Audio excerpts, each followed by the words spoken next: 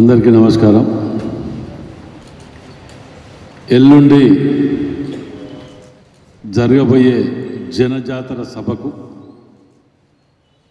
ప్రియతమ నాయకులు ముఖ్యమంత్రి వర్యులు రేవంత్ రెడ్డి గారు రాక సందర్భంగా మీ ద్వారా జిల్లా ప్రజలందరికీ ఉమ్మడి జిల్లా ప్రత్యేకంగా వరంగల్ పార్లమెంట్ నియోజకవర్గ ఈ సభకు అందరూ కూడా వచ్చి ఈ యొక్క సభను సక్సెస్ చేయాలని చెప్పి మీ ద్వారా విజ్ఞప్తి చేస్తున్నాను. ప్రజలకు, మేధావులకు, విద్యార్థులకు, కవులు, కళాకారులందరికీ కూడా ఈ సభ యొక్క ప్రత్యేకత వరంగల్ జిల్లా నుంచే ఏది ప్రారంభమైన ఇక్కడి నుంచి అవుతుంది కాబట్టి ఎక్కువ చైతన్యవంతులు వరంగల్ జిల్లా నుంచే ఉన్నారు కాబట్టి ఈ సభలో గతంలో ఉద్యమంలో పాల్గొన్న ఉద్యమకారులు, అన్యాయం జరిగిన ఉద్యమకారులు అందరూ కూడా ఇక్కడి నుంచి ఎక్కువ ఉన్నారు కాబట్టి వాళ్ళందరూ కూడా పాల్గొనబోతున్నారు రేపు రాబోయే ఈ సభలో. దీనికి నామకరణం జనజాతర సభగా నామకరణం చేయడం జరిగింది.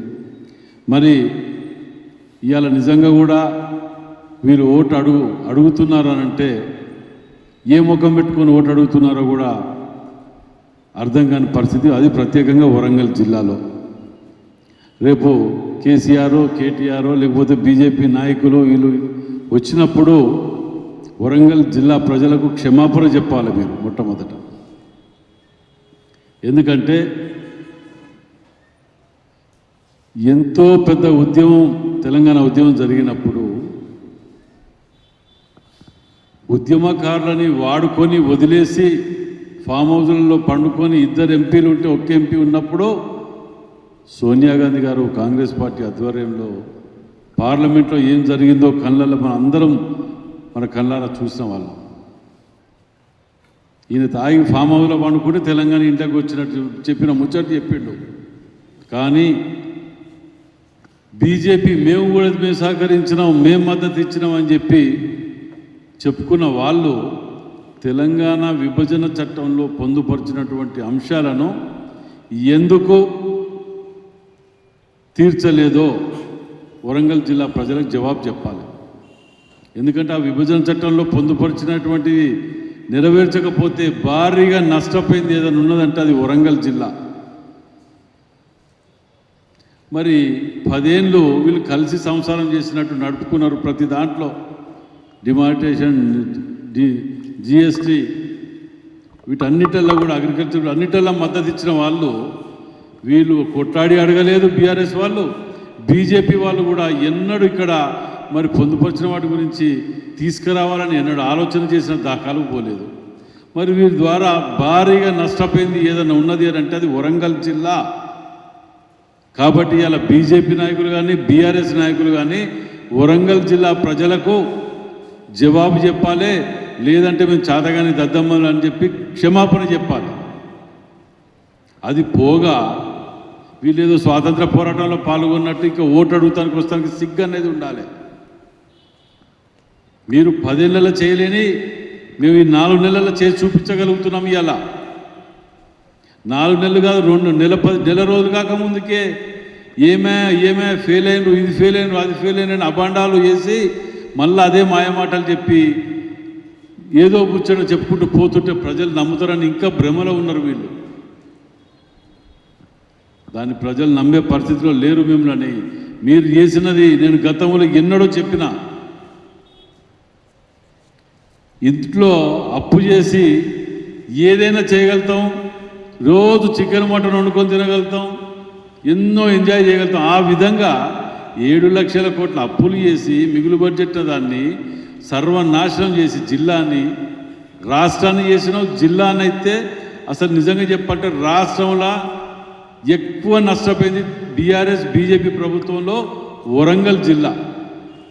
ఇవాళ నేను అడుగుతున్న బీజేపీ వాళ్ళని, అభ్యర్థి రమేష్ గారిని, బీజేపీ నాయకులు అందరినీ కూడా రూలింగ్లు తీసుకుపోతుంటే డ్రైవర్లకు ఇన్స్ట్రక్షన్స్ ఇచ్చి సికింద్రాబాద్ తొలగిస్తా అంటే కూడా మాట మాట్లాడిన ఒక బీజేపీ నాయకులు లేడు.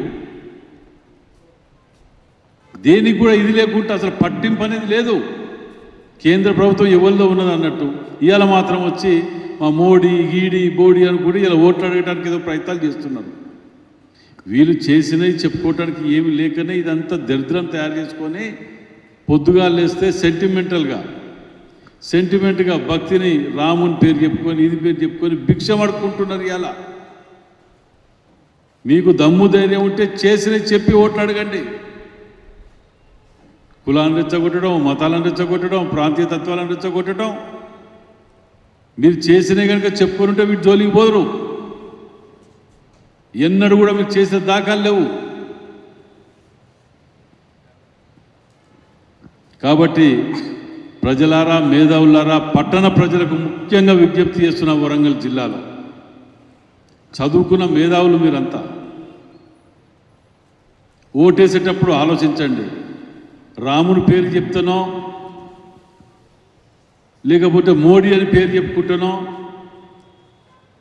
ఏం చేసిండో ఆలోచించండి. మోడీ అనే వ్యక్తి మన ప్రధానమంత్రిగా మనకేం చేసిండో ఒకసారి ఆలోచన చేయండి. అది ఏమి చేయకుండా రాముని పేరు చెప్పుకొని 2 రోజులు కాశ్మీర్ పేరు చెప్పుకొని 2 రోజులు పాకిస్తాన్ పేరు చెప్పుకొని వీళ్ళు పబ్బం గడుపుకున్నారు తప్ప ఎక్కడ కూడా ఏది చేసే దాఖలు లేవు. మేము చెప్పుకోగలుగుతాం, 100 ఉన్నాయి, ప్రతి దగ్గర చెప్పుకోగలుగుతాం. 70 ఏళ్ళు ఏం చేసిండ్రు అంటే 70 ఏళ్ళలో చేయండి ఇవన్నీ రాలే, చిరస్థాయిగా కట్టినాయి అన్నీ కూడా మేము 70 ఏళ్ళలో చేసినాయి. మీరు చేసినవి ఏంటి? ఎల్ఐసి, బిఎస్ఎన్ఎల్ అన్ని ఖతం చేసి కూర్చొని ప్రైవేట్ పరం చేసుకుంటూ వచ్చుకుంటూ బాండ్ల విషయంలో కాడికి మొదలు పెడితే ప్రతి దగ్గర మాకు టీవీలు ఉన్నాయి, మాకు ఛానళ్ళు ఉన్నాయి, మాకు ఇవి ఉన్నాయి, మాకు అవి ఉన్నాయి. మరి 70 ఏళ్ళు చేసిన మాకేలే మీకు ఏడికెళ్ళి వచ్చినాయి అన్నప్పుడు అర్థం చేసుకోవాలి దీన్ని. కాబట్టి మీడియా సోదరులకు విజ్ఞప్తి చేస్తున్న మీడియా సోదరుల ద్వారా వరంగల్ పార్లమెంట్ నియోజకవర్గ ప్రజలందరికీ కూడా మీరు తప్పకుండా మరోసారి ఆలోచన చేయండి. ఇక్కడి నుంచి మాకు అత్యధిక మెజార్టీ కనుక ఇస్తే రేపు మేము ముఖ్యమంత్రి గారి దగ్గర 4 నెలల్లోనే 251 కోట్లు తెచ్చినని రేపు మీరు కనుక మెజార్టీ కనుక ఇస్తే మేము ఎమ్మెల్యేలు అందరం కూడా కలిసికట్టుగా నెలకోసారి మీటింగ్ పెట్టుకొని వరంగల్ జిల్లా అభివృద్ధి మా ధ్యేయంగా పెట్టుకుంటాను. రాబోయే రోజులలో సాధ్యం కాని వాటిని కూడా సాధ్యమయ్యే విధంగా ముఖ్యమంత్రి గారి దగ్గర నుంచి వనరులు తేవటానికి ముఖ్యమంత్రి గారిని ఈ జిల్లాని దత్తత తీసుకోమని చెప్పి గతంలో అడిగాను. రేపు సభలో కూడా ఇది దత్తత తీసుకోమని అడిగి ప్రత్యేక దృష్టి చెల్లించాలని చెప్పి వారిని విజ్ఞప్తి చేసే ఆలోచనలో ఉన్నాం. వారిని ఒప్పిస్తామనే నమ్మకం, ధైర్యం మాకు ఉన్నది. తప్పకుండా జరుగుతుందనే నమ్మకం ఉన్నది మాకు. Thank you. నాగన్న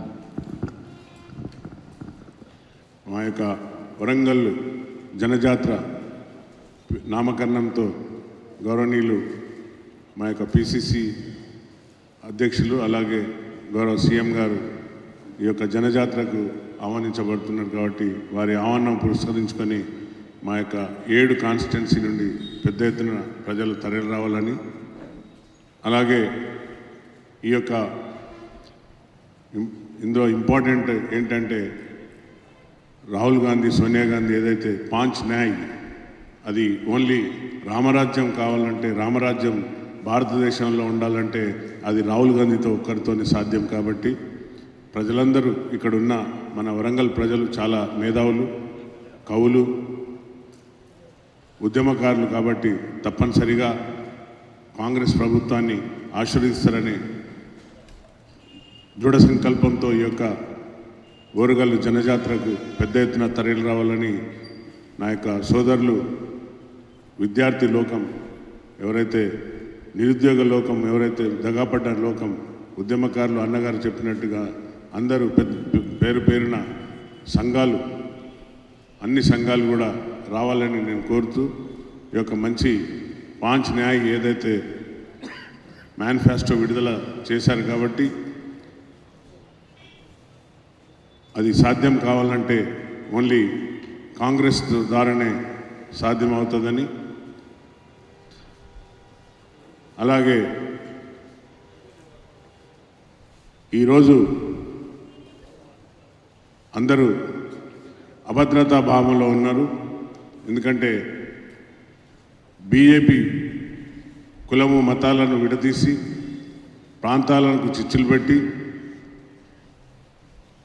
ఓట్లను దండుకోవాలని ఒక రాముడిని ముందుకు తీసుకొని ఒక రాముడు బీజేపీ ఒక్కరికే సొంతం అన్నట్టు కాంగ్రెస్ వస్తే మత కల్లోలు టెర్రరిస్టులు తయారవుతాయని ఒక దుష్ప్రచారంతో ముందుకు వస్తున్నారు. కాబట్టి అందరూ మేధావులందరూ దీన్ని ఖండించవలసిన అవసరం ఎంతగానో ఉంది. రాజ్యాంగాన్ని పరిరక్షించే బాధ్యత ప్రతి పౌరుని మీద ఉందని తెలియజేసే సభ కాబట్టి అందరూ కూడా పెద్ద ఎత్తున తరలి రావాలని కోరుచు ధన్యవాదాలు. ఎలక్ట్రానిక్ అండ్ ప్రింట్ మీడియా మిత్రులందరికీ కూడా నమస్కారం. మిత్రులారా, ఎల్లుండి జరగబోయేటువంటి సభ ఈ ఎలక్షన్ సందర్భంగా పర్టికులర్గా వరంగల్ ఉమ్మడి జిల్లాకు సంబంధించి ఒక ప్రత్యేకమైనటువంటి సభ. ఈ రాష్ట్రంలో రాష్ట్ర విభజన సందర్భంగా జరిగినటువంటి వాగ్దానాలు, ఓ మేజర్ వాగ్దానాలు ఈ జిల్లాకు వచ్చినాయి. కోచ్ ఫ్యాక్టరీ కావచ్చు, గిరిజన యూనివర్సిటీ కావచ్చు, ఉక్కు కర్మాగారం కావచ్చు, ఇట్లా రాష్ట్రానికి సంబంధించినటువంటి మేజర్ వాగ్దానాలలో విభజనలో ఇక్కడ ఐఏఎం కావచ్చు, ఇట్లాంటివన్నీ కూడా ఇక్కడికి ఇస్తామని చట్టబద్ధంగా ఇస్తామని విభజన చట్టంలో పెట్టిన దాన్ని దురదృష్టవశాత్తు మేము కేంద్రంలో రాలేకపోయినాం.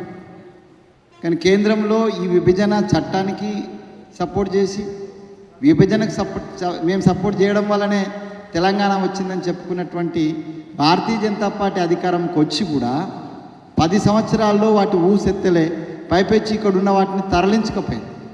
అప్పుడు కూడా ఈ రాష్ట్ర నుంచి మంత్రిగా ఉన్నటువంటి కిషన్ రెడ్డి గారు కావచ్చు, లేకపోతే ఈ చుట్టుపక్కల ఉన్నటువంటి సంజయ్ గారు కావచ్చు, లేకపోతే ఇతర పెద్దలు ఎవరైతే భారతీయ జనతా పార్టీ నాయకులు ఏనాడు కూడా వరంగల్ జిల్లా యొక్క అభివృద్ధి, ఇక్కడ కుంటుపడుతున్న దాన్ని, ఇక్కడ జరుగుతున్న అన్యాయాన్ని ఏనాడు కూడా వాళ్ళు క్వశ్చన్ చేయలేదు, న్యాయం చేయడానికి ప్రయత్నం చేయలేదు. కాబట్టి వాళ్లకు నైతికంగా ఈ వరంగల్ జిల్లాలో ఓట్లు అడగడానికి నైతిక హక్కు లేదని నేను స్పష్టం చేస్తున్నాను.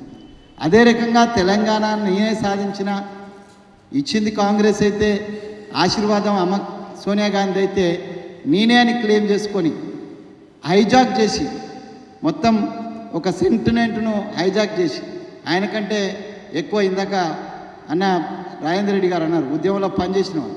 నిజం కూడా ఆయన ఫామ్ హౌస్లో పడుకుంటే కత్తెంకా సామాన్ అంటే తిరిగినారు, లేకపోతే కోదన్ రామన్ అంటే ఆయన తిరిగినారు. ఇట్లాంటి ఉద్యమకారులు తిరిగినారు రాష్ట్రమంతా. మేము తిరిగినాం ఆయన ఫామ్ హౌస్లో పడుకున్న రోజు కూడా. సో అట్లాంటి నేను కూడా వరంగల్ జిల్లా బిడ్డను. ఈ గడ్డ యొక్క స్ఫూర్తితోటి, ఈ పోరాటాల గడ్డతోటి నేను పోరాటంలో పాల్గొన్నా. మరి ఈ రాష్ట్రానికి సంబంధించినటువంటి ఏవైతే విభజన హామీలు ఉన్నాయో ఆ విషయంలో నువ్వు కుర్చేసుకున్నావా, కుర్చీ దిగినవా, లేకపోతే మంచాలు పడుకున్నావా, ఎక్కడ పడినా కూడా ఈ వరంగల్ జిల్లాకు సంబంధించినటువంటి విభజన హామీలను మాట్లాడడం విషయంలో అట్టర్ ఫ్లాప్ అయ్యి వాటిని మరిచిపోయి నీ ఫామ్ హౌస్కు, నీ బార్కు, లేకపోతే నీకు సంబంధించినటువంటి పైరవులకు పరిమితమైనటువంటి టీఆర్ఎస్ పార్టీ కూడా ఇక్కడ ఓటు అడిగేటువంటి నైతిక హక్కు లేదు. సో నైతిక హక్కు ఎవరికైనా ఉందంటే కాంగ్రెస్ పార్టీకే ఉంది. తెలంగాణ ఇచ్చిన పార్టీగా ఈ విభజన హామీలను రేపు వచ్చే కాంగ్రెస్ దేశంలో కంపల్సరీగా రాహుల్ గాంధీ నేతృత్వంలో ఇండియా కూటమి నేతృత్వంలో గవర్నమెంట్ ఫామ్ రాబోతుంది. మేముగా ఇక్కడి నుంచి కాడియం కావ్య గారు గెలిచిన తర్వాత తప్పనిసరిగా ప్రధాన ఎజెండాగా ఏవైతే విభజన హామీలు ఉన్నాయో మిగతా హామీలు ఇక్కడికి ఉన్నాయి, అవి ఫోర్ ఫ్రంట్లో ఉంటాయి. మా గవర్నమెంట్ తప్పనిసరిగా తీరుస్తుంది. కాబట్టి ఆ దిశగా ఆశీర్వదించడం కోసం, ఆశీర్వాదం అడగడం కోసం మొట్టమొదటిసారిగా రాష్ట్ర ముఖ్యమంత్రి రేవంత్ రెడ్డి గారు వచ్చేటువంటి జన జాతర సభను నిజంగానే ఒక సమ్మక్క సారలమ్మ జాతరలాగా చేసి వారు చెప్పేటువంటి దాన్ని, వారి అప్పీల్ను పాజిటివ్గా తీసుకొని వరంగల్ జిల్లా యొక్క అభివృద్ధి ధ్యేయంగా వరంగల్ జిల్లా ప్రజలందరూ కూడా, ఓటర్లందరూ కూడా వరంగల్ పార్లమెంట్ అభ్యర్థి కడియం కావ్య గారి హస్తం గుర్తుకు ఓటేసి గెలిపించడం కోసం రేపు జనజాతరకు లక్షలాదిగా తరలి రావాలని విజ్ఞప్తి చేస్తున్నాం. జై కాంగ్రెస్, జై హింద్. రేపు 24వ తారీఖు నాడు జరగబోయే సభకు అత్యధికంగా జనం రావాలని, వస్తారని కూడా ఆశిస్తున్నాం. ఎందుకంటే కాంగ్రెస్ పార్టీ మాట తప్పదు, తప్పకుండా ఏదైనా మాట ఇస్తే చేస్తుంది అనే నమ్మకం, విశ్వాసం ప్రజల్లో ఉంది. గతంలో రాష్ట్రంలో ప్రభుత్వం రాకముందు 6 గ్యారంటీ పథకాలు తీసుకొచ్చి ఇప్పటివరకు 5 అమలు చేయడం జరిగింది. 6వ పథకం కూడా రాబోతుంది ఆగస్టు 15 తర్వాత. రేవంత్ రెడ్డి గారు చెప్పిన మాట తప్పకుండా అమలవుతుంది. అదే కాకుండా బీజేపీ వాళ్లకు ఓటు అడిగే హక్కు లేదు ఈ రాష్ట్రంలో. రాష్ట్రానికి మీరు ఏం చేశారయ్యా అని అడిగితే వాళ్ళు చేసింది గుండు సున్నా. విభజన చట్టంలో ఉన్న వాటిని ఏది కూడా నెరవేర్చలేదు. ఇంకా వేరే ఏదైనా వాళ్ళ సొంతగా పనిచేశారంటే లేదు. అలాగే రాష్ట్రంలో ఉన్న టీఆర్ఎస్ ప్రభుత్వం కూడా ఈ జిల్లాకు చూసుకుంటే ఎన్నో మాటలు చెప్పినారు. సంవత్సరానికి 300 కోట్లు ఇస్తానన్న వాళ్ళు 3 కోట్లు కూడా ఇవ్వలేదు. ఇక్కడ అండర్ గ్రౌండ్ డ్రైనేజ్ కానివ్వండి, వేరే సమస్యలన్నింటినీ కూడా పరిష్కరిస్తారన్న వాళ్ళు ఏ సమస్యను కూడా తీసుకోలేదు, పరిష్కరించలేదు. కనీసం డిపిఆర్లు తయారు చేసినవి కూడా చూడలేని పరిస్థితి వాళ్ళకు ఉంది.